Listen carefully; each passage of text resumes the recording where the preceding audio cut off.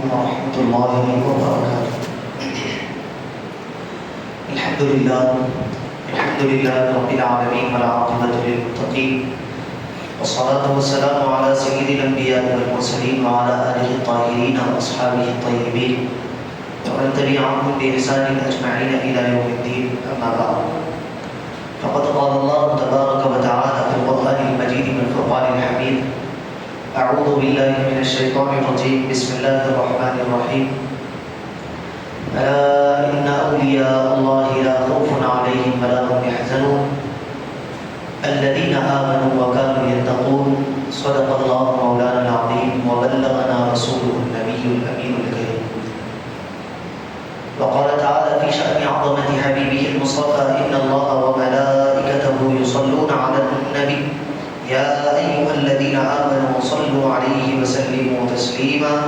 اللهم صل على سيدنا محمد وعلى آله وصحبه أفضل صلواتك وعدد معلوماتك وبارك وسلم. معزز و مکرم حاضرین کرام مسامعین طویل احترام،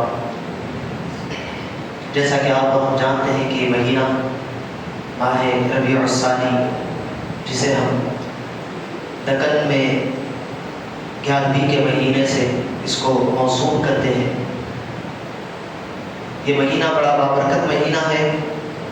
اس میں اللہ تبارک و تعالیٰ کے برگزیدہ بندوں کے اعراض کا یہ مہینہ ہے۔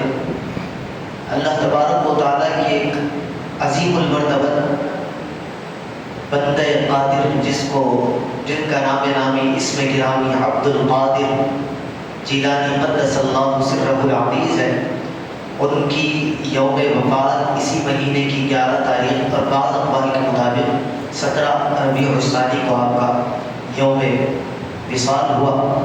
اسی مناسبت سے کچھ گفتگو ہم یہاں آپ کے سامنے رکھیں گے۔ وعدہ تو اس بات کا ہوا تھا کہ جنگ بدر کا ہمارا آغاز ہوگا، لیکن چند دنوں کے لیے میں باہر جا رہا ہوں، تو اسی مناسبت سے تاکہ وہ موقوف نہ ہو جائے پھر درس، کیونکہ باتیں جب پرانی ہو جاتی ہے بیچ میں گیپ آ جاتا ہے تو کہاں چھوڑا گیا تھا وہ یاد نہیں رہتا۔ تو ہم آنے کے بعد پھر انشاءاللہ وہ تسلسل کے ساتھ جنگ بدر پر ہم گفتگو کریں گے۔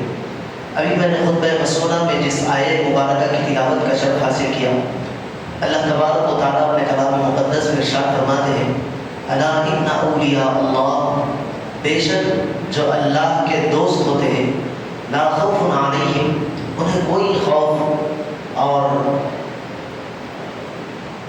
کسی سے وہ ڈرتے نہیں ہیں، ولا هم یحزنون، اور نہ کبھی وہ غمزدہ اور رنجیدہ ہوتے ہیں۔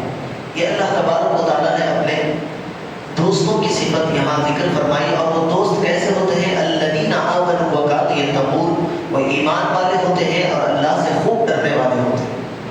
اس آیت مبارکہ کی تفسیر میں علماء کرام نے ایک حدیث مبارکہ کو ذکر کیا، جس کے راوی حضرت سیدنا عمر بن خطاب رضی اللہ تعالی عنہ ہے۔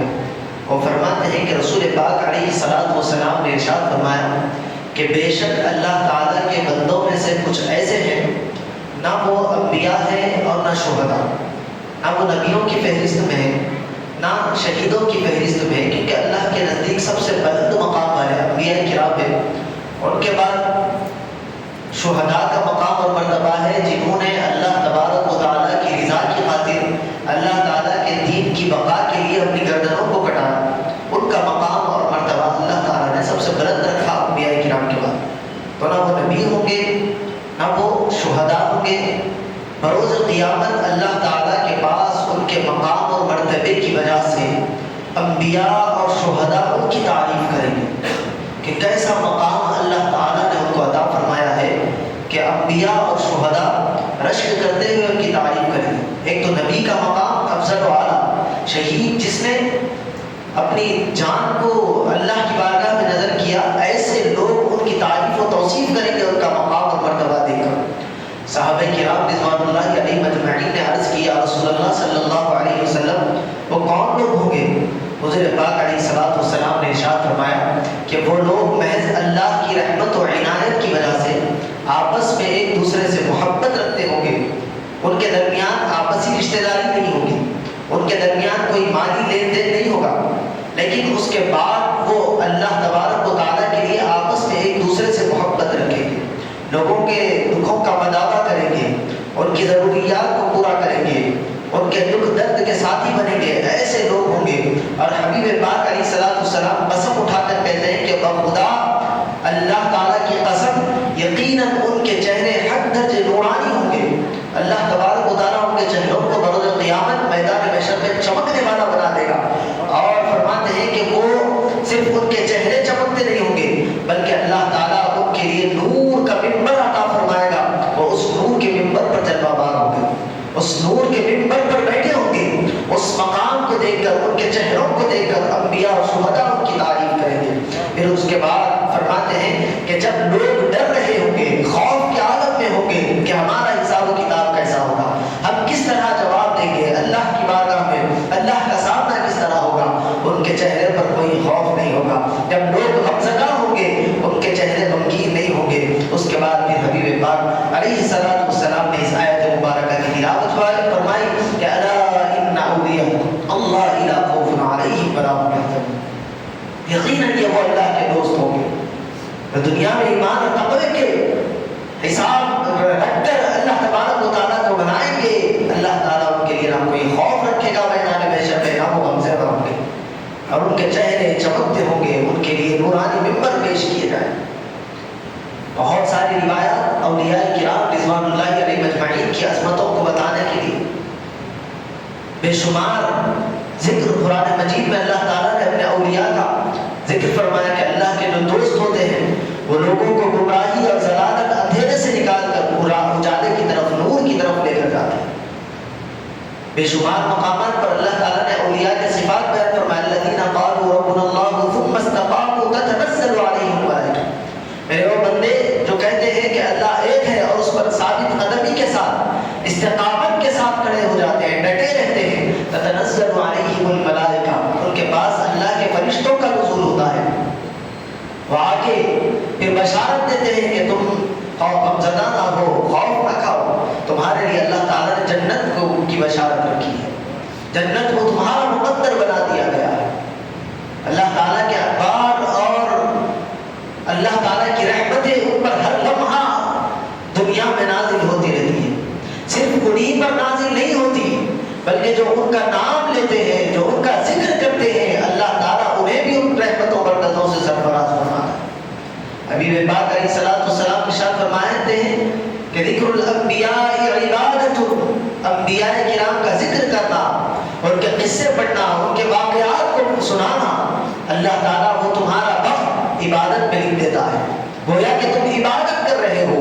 وذکر الصالحین تنزیل الرحمہ، اور جب اللہ کے نیک اور مقرب بندوں کا ذکر ہوتا ہے تو اللہ تعالیٰ اس مجلس میں اپنے انوار اور رحمتوں کی برسات فرماتا ہے۔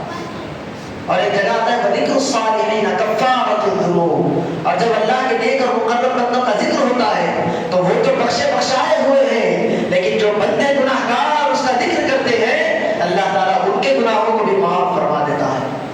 یہ فیضان اولیاء کرام کا دنیا میں ہے جب بھی لوگوں کو سرفراز کر رہے ہیں، دنیا میں ہے جب بھی لوگوں کو اندھیرے سے نکال کر نور کی طرف لے جا رہے ہیں، دنیا میں ہے جب بھی لوگوں کو ظلمت سے نکال کر نور کی طرف لے جا رہے ہیں، اور جب قبر میں چلے جاتے ہیں تو ان کی رحمت، ان کی جو برکتیں جو اللہ تعالیٰ کی طرف سے اترتی ہے وہ ختم نہیں ہوتی بلکہ ان کے آستانوں پر اترتی رہتی، جو وہاں جاتا ہے ان کو بھی عطا ہوتی ہے، اور جو گھر میں بیٹھ کر ان کا ذکر کرتا ہے اللہ تعالیٰ اس ذکر کی وجہ سے اس پر بھی انوار و رحمت کا نزول فرماتا ہے۔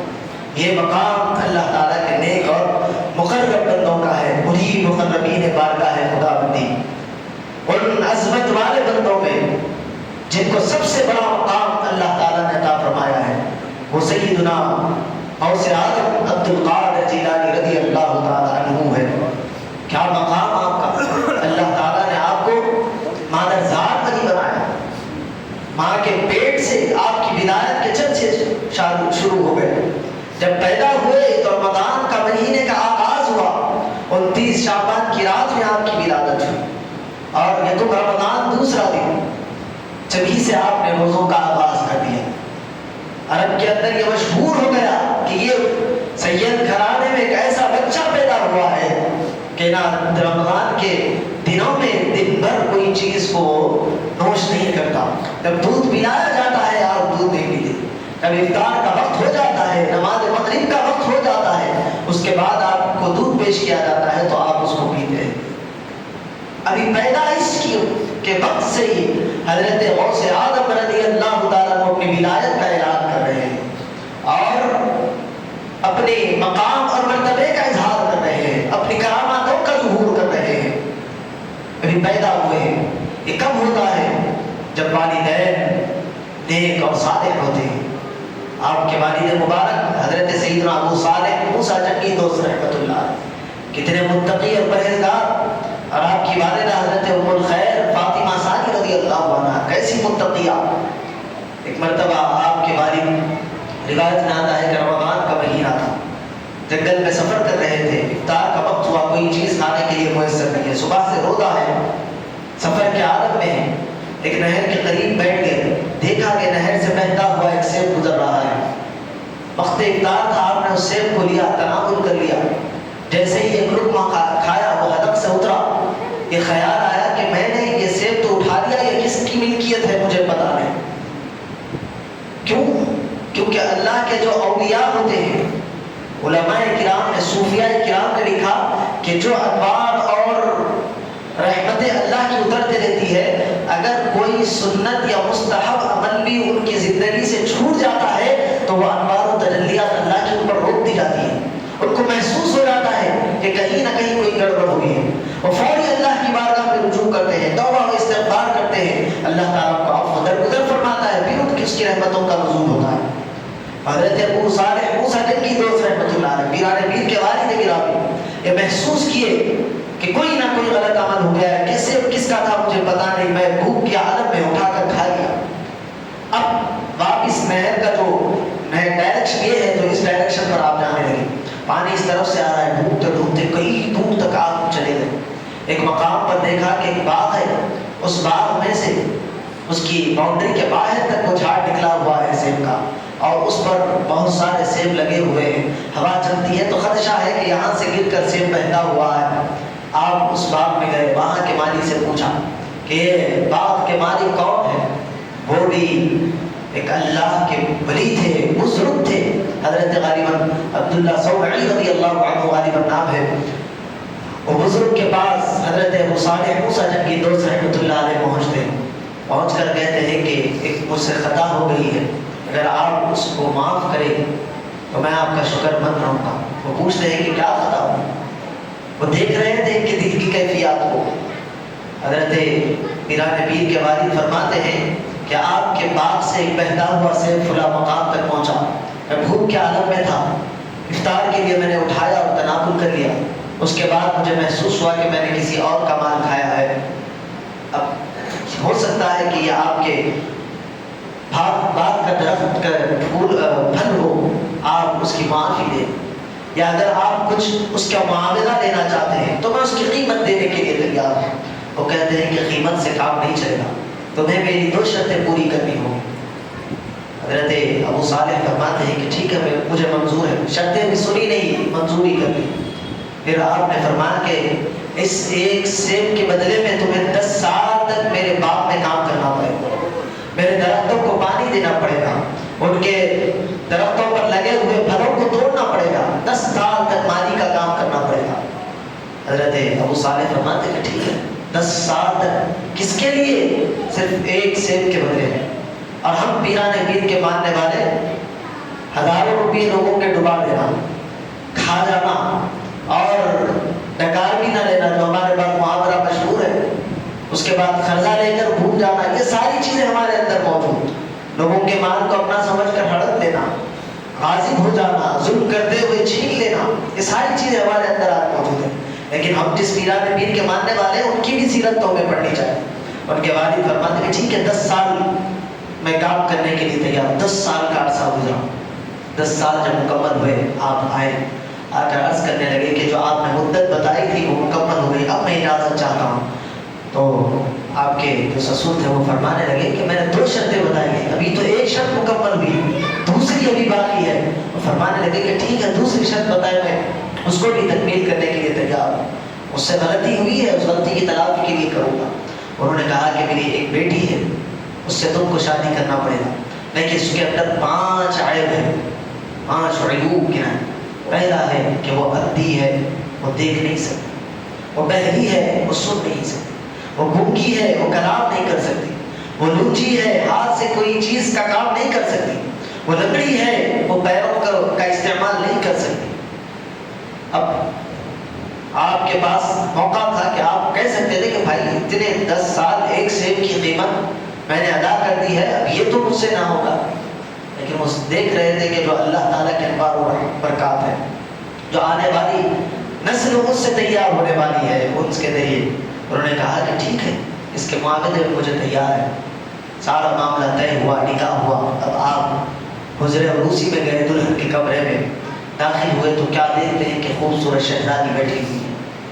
آپ ڈر گئے، ہیبت کے مارے اس کمرے سے باہر نکل آئے، کہنے لگے کہ ایک خطا ہو گئی تو اس خطا کا میں خمیازہ اب تک بھگت رہا ہوں، اس کے بدلے میں ابھی تک اس کو معاف کرانے میں لگا ہوا ہوں، کہیں دوسری خطا نہ ہو جائے۔ دوڑے دوڑے باہر آئے، آپ کے خسر محترم وہاں تشریف رکھتے، پوچھا کہ کیا ہوا؟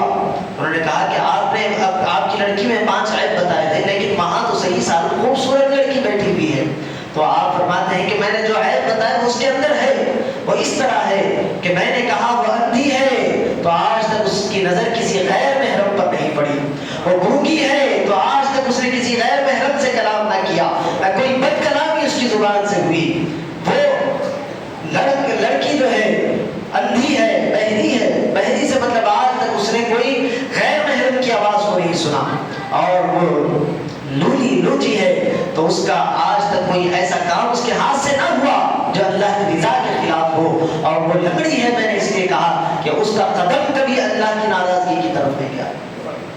یہ جب 2 ایسے اشخاص کا ملاپ ہوا تو حضرت سیدنا غوث اعظم رضی اللہ تعالیٰ عنہ کی ولادت، جن کے لیے اللہ تعالیٰ نے مقام قطبیت اور غوثیت کا انتخاب کیا۔ پھر بچپن ہی سے آپ درجہ ولایت پر فائز ہو، اس کے بعد بڑھتے بڑھتے اب یہاں پر ایک معاملہ آ جاتا ہے کہ ہمارے پاس ایک اچھے گھرانے میں، مرشد گھرانے میں بچہ پیدا ہو گیا تو ہم سمجھتے ہیں کہ اس کو پڑھنے کی ضرورت نہیں، ہاتھ پیر چما لینا ہمارے پاس یہ عام روٹین ہے، پڑھو ان کو پڑھو، ہاتھ پیر چوم لیتے، پیروں میں گر جاتے۔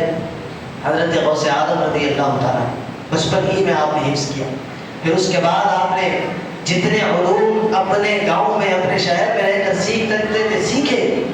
اس کے بعد طلب علم کے لیے آپ نے بغداد معاملہ کا سفر کیا، وہاں جا کر وہاں کے اکابر علماء کرام سے آپ نے علم دین کو حاصل کیا، اور آپ کی والدہ بھی علم دین کے لیے آپ کو اپنے آپ سے جدا کر رہی ہے۔ آج ہمارے پاس معاملہ یہ ہے، 1 گھنٹے کے لیے مصعب کے پاس بھیجے تو اس میں بھی ہمارے لیے چھٹیاں ہونا، پھر اس کے بعد جلدی جانے کا بہانہ، پھر انٹی کا لے جانا ہے، کوکو کا لے جانا ہے۔ اس طرح سے علم دین حاصل نہیں ہوتا، علم کے لیے وقت دینا پڑتا ہے، علم کے لیے زندگیاں لگانی پڑتی ہے، تب جا کر علم حاصل ہوتا ہے۔ جو فرض علوم ہوتے ہیں وہ حاصل کرنا ہر ایک کے لیے ضروری ہے۔ ہر ایک سے اس کا سوال ہوگا کہ تم نے دین کیوں نہیں سیکھا، تم نے علم کیوں حاصل نہیں کیا۔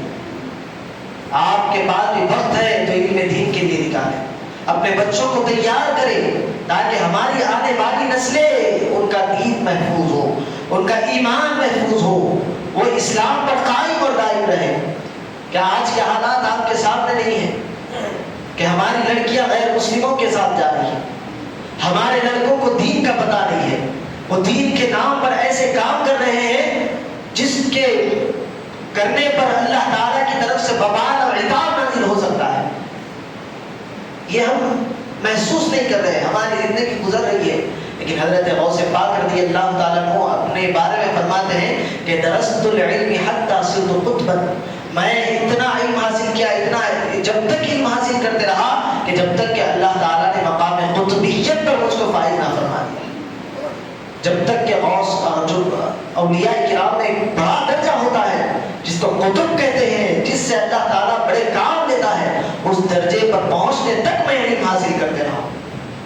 اتنے علم والی شخصیت حضرت سیدنا غوث پاک رضی اللہ تعالیٰ عنہ، اور ہم ان کے ماننے والے ہو کر علم سے نابلد رہے، علم سے دور رہے، یہ ایسا ہونے والا ہے۔ اگر ہم یقیناً ان کے ماننے والے ہیں تو ہمیں بھی علم سے شرف ہونا چاہیے، علم سے ہماری محبت ہونی چاہیے، علم سے ہماری وابستگی ہونی چاہیے، اور اپنی اولادوں میں بھی وہ علم منتقل ہونا چاہیے تاکہ ان کو دین کا پتہ چلے اور وہ صحیح راہ راست پر آ جائے۔ اللہ تبارک و تعالیٰ کی بارگاہ میں دعا ہے کہ رسول سے زیادہ ہماری صالحہ کی توفیق عطا فرمائے، حبیب پاک علیہ الصلوۃ والسلام کی سچی پکی محبت عطا فرمائے، حضرت سیدنا غوث پاک رضی اللہ تعالیٰ عنہ کے فیضان سے ہم سب کو مالا مال فرمائے۔ وصلی اللہ تعالیٰ وسلم علی خیر خلق سیدنا محمد وعلی آلہ واصحابہ اجمعین، الحمد للہ رب العالمین۔